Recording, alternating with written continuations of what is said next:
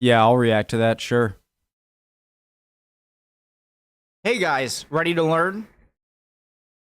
Who likes long intros? Nobody. Preemptive like, let's get right into it. Same Roman history, great channel. Original link to the video top of the description. My name's Connor. If you're new, I like to learn things with you guys. The Dutch military revolution during the 80 Years' War, early modern warfare. So 80 Years' War, Spanish versus Dutch, late 1500s to early 1600s. About as much as I know. Let's go. The Dutch military reforms in the 16th and 17th century influenced the nature of European warfare strongly and lastingly. Facing the Spanish army, the true military giant of the time, the Dutch were hard-pressed to improve their own army with quick but decisive innovation.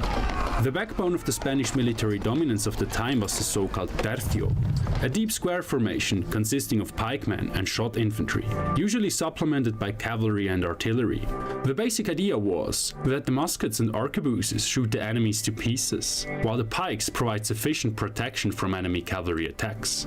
But how then did the Dutch counter this military Goliath? Recent historiography usually explains it as follows. During the 80 Years' War, Wow, look at the Dutch map before all of the engineering efforts to fill in a lot of the places. Crazy. All right, sorry. Recent historiography usually explains it as follows. During the 80 Years' War, it became clear to the Dutch that they had to change their army significantly if they wanted to defend their newly formed federation.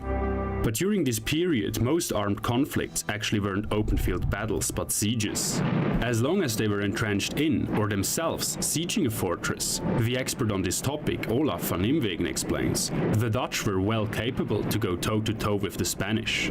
But it was crucial to have an effective force that could credibly challenge opponents in open field battles to prevent becoming the enemy's puppet. The English officer John Bingham, who had served in the Dutch army, summarized this as follows, quote, "He who is master of the field may spoil the enemy's country at his pleasure. He may march where he thinketh best," end quote. Thus, So essentially, you can be as good as you want at defending a fortress, but unless you want to truly be the master of your own destiny, you have to learn to fight in land battles as well, is what I took from that. Maybe that was more obvious to some. his pleasure. He may march where he thinketh best, end quote. Thus, the Dutch were primarily concerned with ameliorating their capabilities in open field battles. With the military transformation the Dutch were about to undertake, they set in motion a decisive evolution of warfare, eventually influencing the famous Swedish king Gustavus Adolphus. I was gonna say, I always heard of Gustavus Adulus being the kind of father of modern warfare, and so that technique. One of the big differences I thought, where I was thinking it is right here. Arquebuses shoot the enemy. See how they're going back? What I learned that Gustavus did, I hope I'm being correct, is that to peace. you would actually move forward instead of backward as you reload, I think.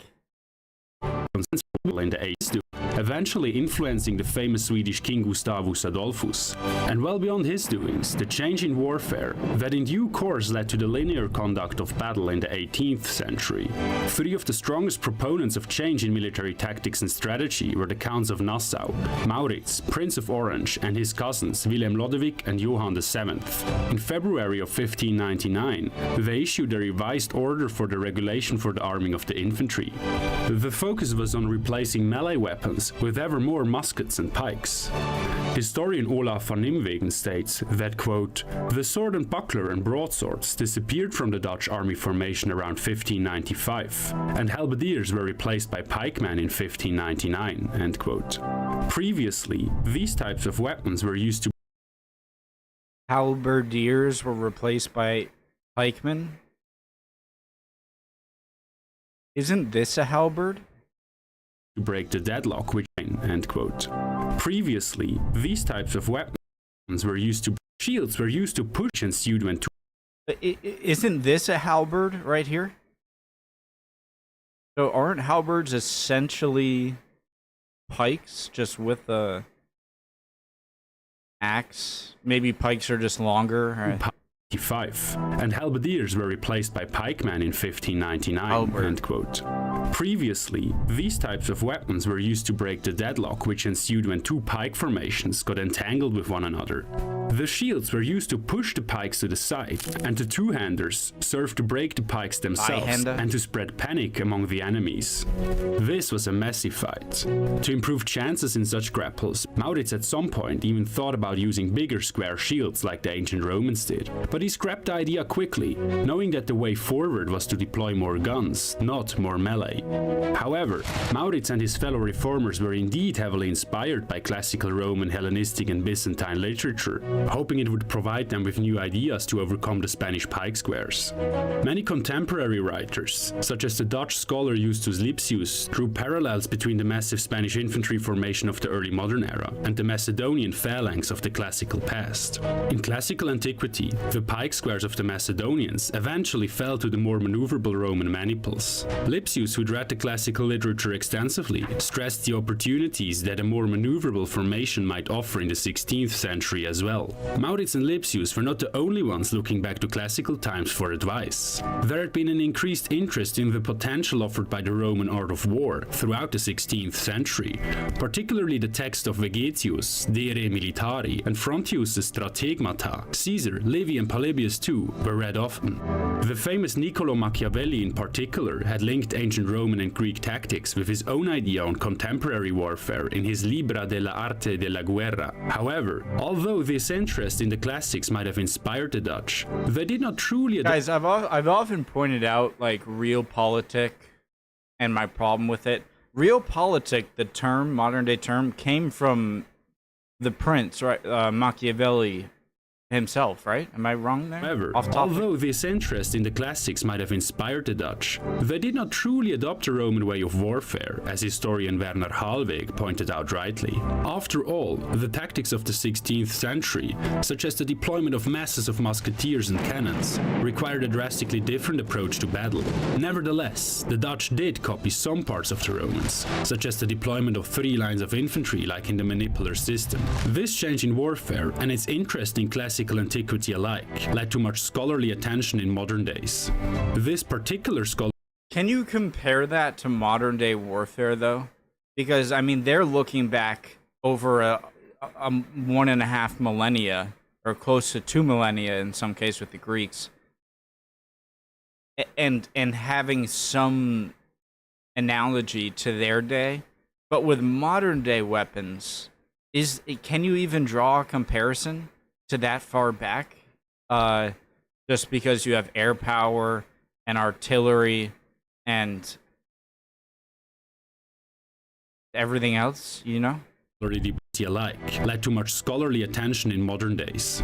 This particular scholarly debate is usually referred to as military revolution, a term coined by Michael... Okay, well, I guess I need to shut the hell up because he just is answering that. Antiquity alike led to much scholarly attention in modern days.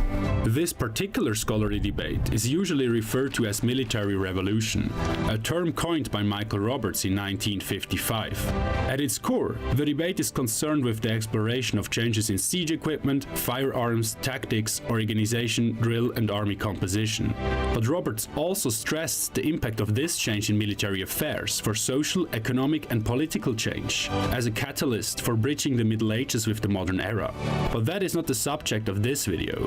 However, for any student of warfare, it is important to note that much of the literature on this topic bears the stamp of this debate, and that the concept has seen extensive adaptations, alterations, and criticism, for example by influential historians such as Geoffrey Parker, Jeremy Black, and Andrew Ayton. According to historian Marcus Neumann, quote, "It now makes sense to replace the concept of a military revolution with that of evolution. This, by the way, is the reason why our series is called Evolution of Warfare." However, looking at the Roman way of fighting, the Dutch deployed their troops in small... Yeah, I mean, just how it's survival of the fittest. And just how species, when you don't have the right DNA and the right equipment or mentality, you're going to die out. Then the same thing is with warfare.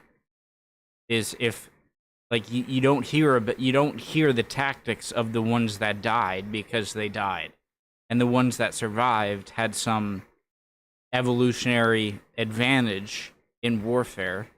So yeah, that makes complete sense. More maneuverable units and increased the number of gunmen. The main change of the time was the reliance on firearms to win battles. According to Van Nimwegen, quote, "After 1609, the Dutch army consisted exclusively of pikes and musketeers," end quote.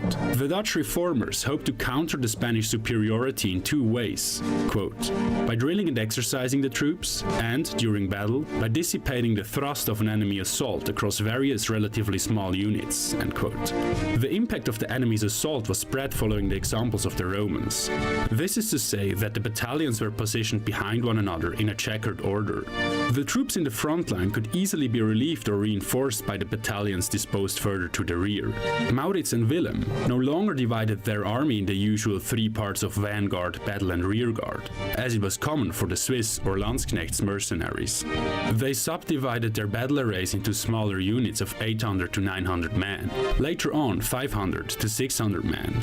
With this formation, the overall risk could be effectively spread. If one battalion fled, not the whole army became dysfunctional.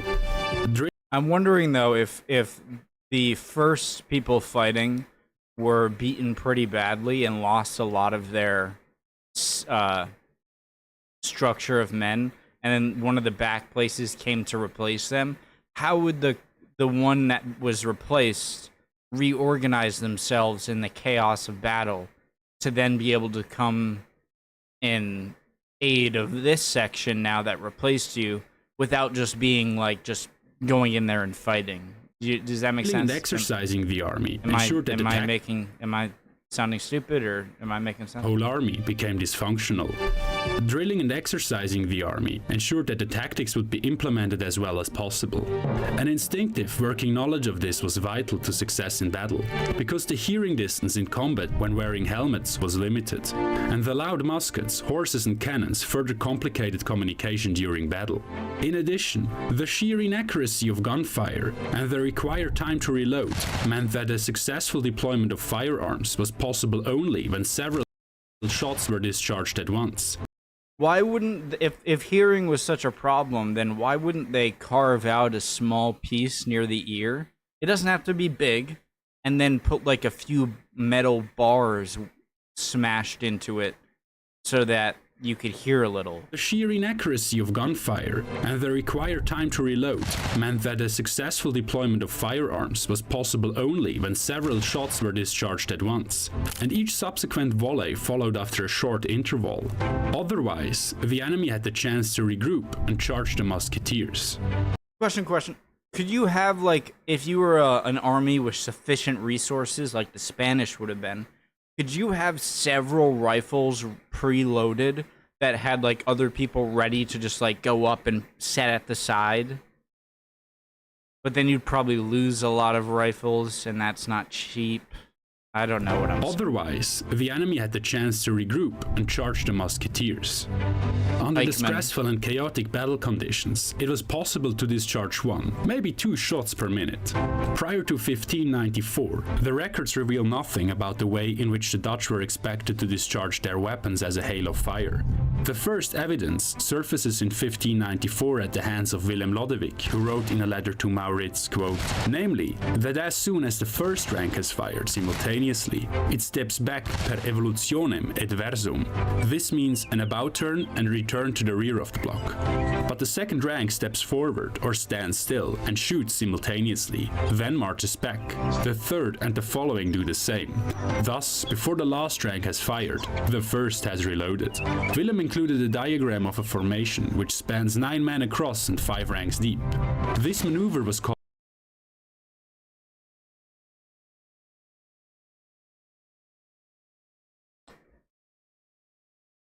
turn to the rear of the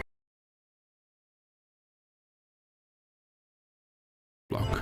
But the second rank steps forward or stands still and shoots simultaneously, then marches spec. The third and the following do the same. Thus, before the last rank has fired, the first has reloaded. Willem included a diagram of a formation which spans 9 men across and 5 ranks deep. This maneuver was called countermarch, because the soldiers retreated to the opposite, the counter direction.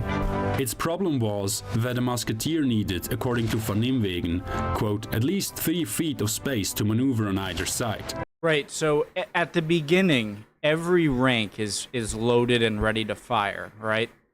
And so this rank fires, they move to the back, the second rank fires. So I'm assuming you need a lot more than 5 ranks deep than if it was just fire, move, 1, 2, fire, move, 1, 2, fire, move, 1, 2, fire, move. So they had to probably space out, like the first rank fires and then the second rank gets up.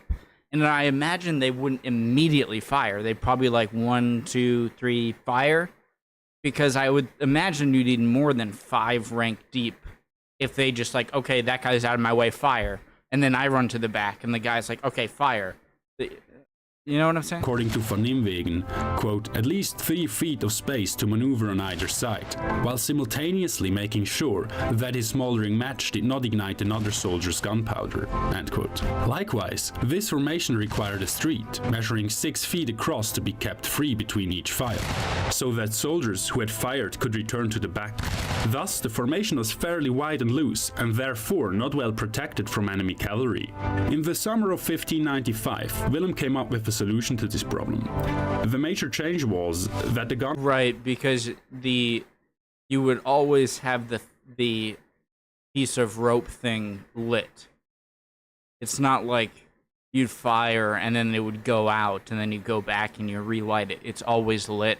And so you could by accident go through here and touch or have sparks hit another. No longer performed individual about turns. Instead, they made a turn as a rank and marched in file to the rear of the unit to get ready again. Later on, the ranks retreated both along the right and the left of the formation. This made possible that the ranks could clear the front more quickly.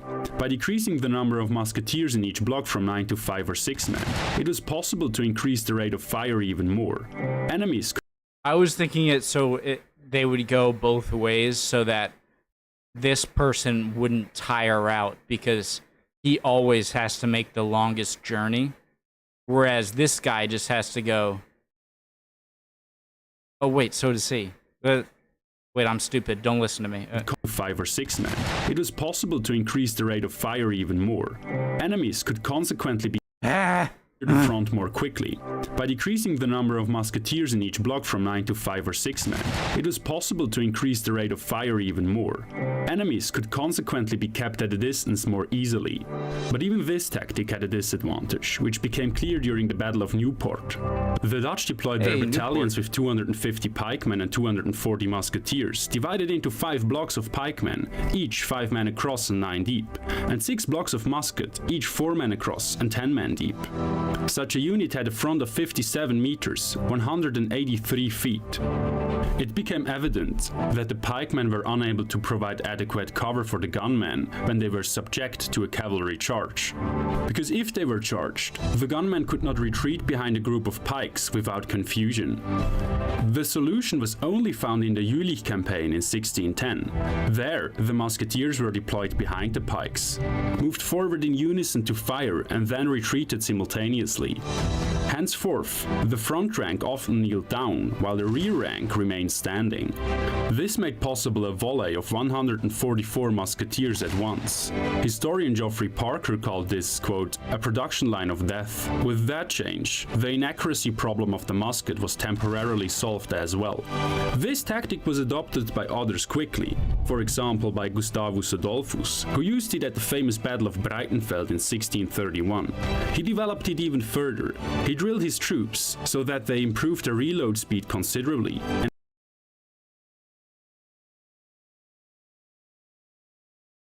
who used it at the famous Battle of Breitenfeld in 1631. Wait a second. So the 30 Years' War and the 80 Years' War were going on at the same time.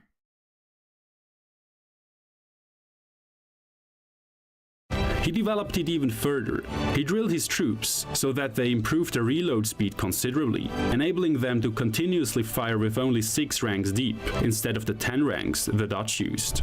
Additionally, he started to deploy masses of field artillery. Maurits did not really like the heavy cannons because of their limited movability. He deployed a mere 8 guns at Newport. Gustavus and his Protestant allies, in contrast, boasted 51 heavy guns at Breitenfeld. Maybe the technology of moving the cannons were better? In 1631. In the cavalry department, Gustavus made significant changes as well. While Maurits replaced his lancers with cuirassiers in 1594, Gustavus often relied on his melee cavalry to charge his enemies. Maurits' decision actually made sense. Despite the popular intuition about flat ground in the Netherlands, heavy cavalry was not always well suited for the difficult terrain, such as marshes or intentionally flooded regions. Guys, I feel, am I crazy? If I had a pistol with me as a cavalry, I feel like I would save it for another horse. For like, if I came across another cavalry, I would probably aim at the horse because it's a bigger target, it's easier to hit, and it incapacitates the rider. Is that crazy? Despite the popular intuition about flat ground in the Netherlands, heavy cavalry was not always well suited for the difficult terrain, such as marshes or intentionally flooded regions. Moreover, charging headfirst into pikes did not end well for cavalry either. In addition, lancers required a lot of training, and had to be very good horsemen too. They charged at full speed, and hence, the risk of such a charge was very high. Horses always seem so skittish to me, and I'm so amazed that they were able to do these military maneuvers and all of the bangs and sharp things. It was a go big or go home move. It was only the Swedish king Gustavus Adulus who again popularized charging enemy infantry and cavalry armes blanches, that is, steel in hand. But that will be a topic for another video. That went by quick. It was only 12 minutes. Great video, guys. I feel like I asked everything. Sometimes I have things I want to say at the end of the video. This isn't really one of them. I think I asked all the things I wanted to ask and say all the things I wanted to say. So, great video. San Roman History, great channel. Love y'all. Hope you're all doing well. If you're not, look at me in the eyes. You're going to be okay. Don't worry. We'll keep on learning, guys, hopefully. See you next time. Bye.